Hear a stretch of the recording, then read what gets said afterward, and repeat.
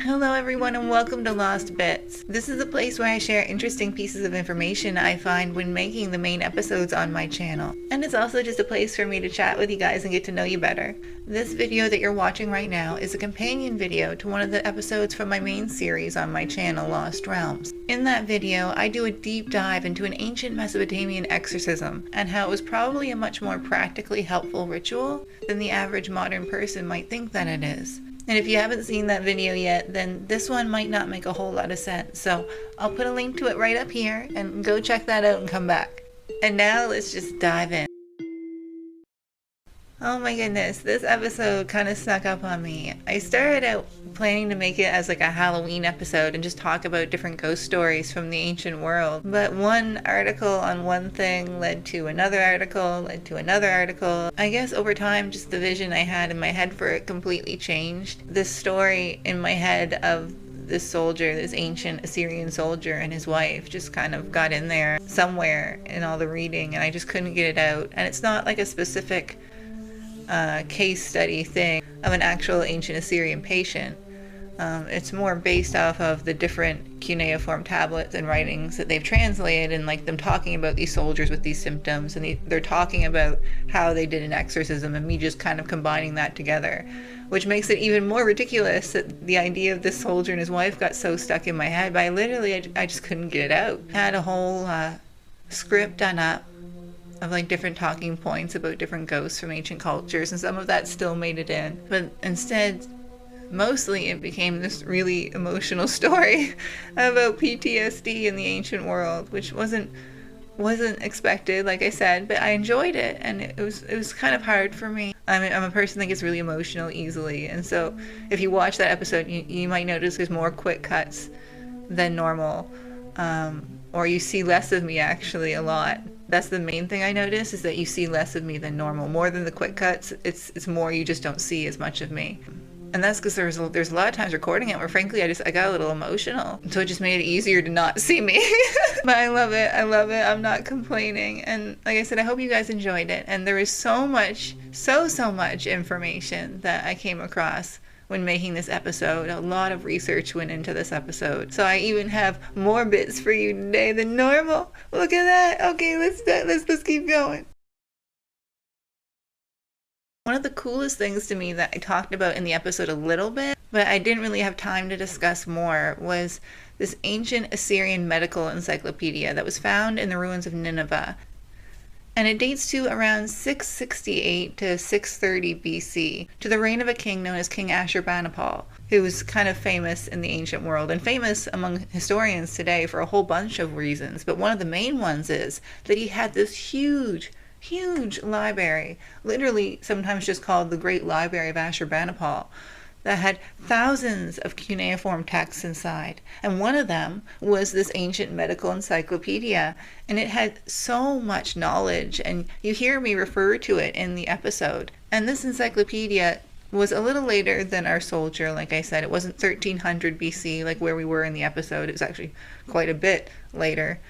But you can think of the Nineveh Medical Encyclopedia as sort of the culmination of all the thousands and thousands of years of ancient Mesopotamian medical knowledge that our ancient Assyrian exorcist priests would have had access to. And there's lots of information available about this ancient encyclopedia online. And I'll put a good link down to some information from a university in the sources below.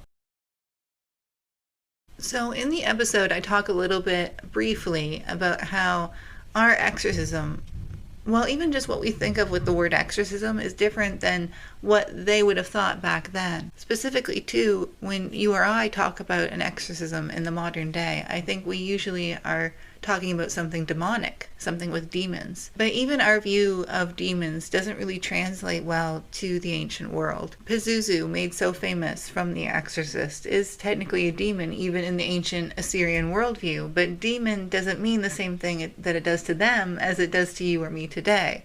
A demon is just sort of a classification of supernatural entity, not necessarily bad or good.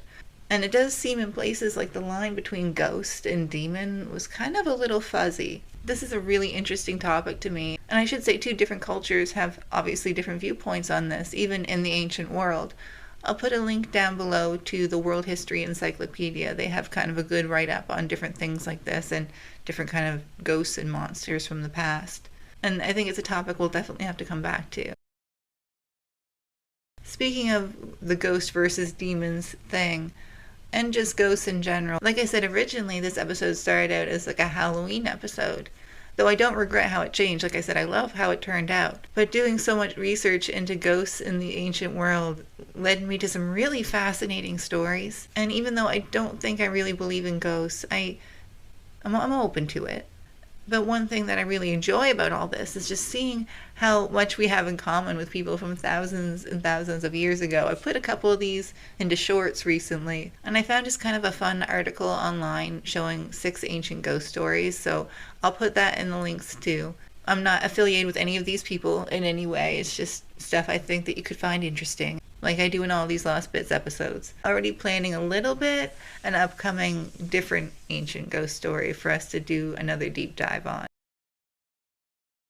Okay, so this is your bonus bit. This is just, this is kind of out of left field, but when I was researching all this ancient ghost stuff and then later on the ancient PTSD stuff and the ancient medical stuff, well that last one, ancient medical stuff, I was not aware of the ancient world's medical game. I was not aware of their game. Did you know that in 3000 BC in ancient Egypt, they were surgically removing tumors? Like, oh my God. There's so much cool stuff out there. By 400 BC in ancient India, they were partially surgically reconstructing people's noses.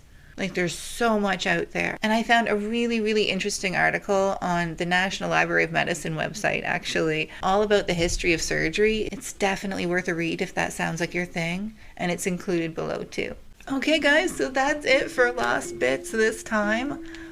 This is such a fun episode. Well, it was a sad episode, but it was a fun episode. And in many ways, a very heartwarming episode for me. I admit, our next journey into history kind of hit me in the warm and fuzzies too. I'm not ashamed to say it. And we're also dealing with the dead, but in a much different way. I, like many of you, I'm sure, grew up fascinated with ancient Egypt, who I just name dropped a second ago there.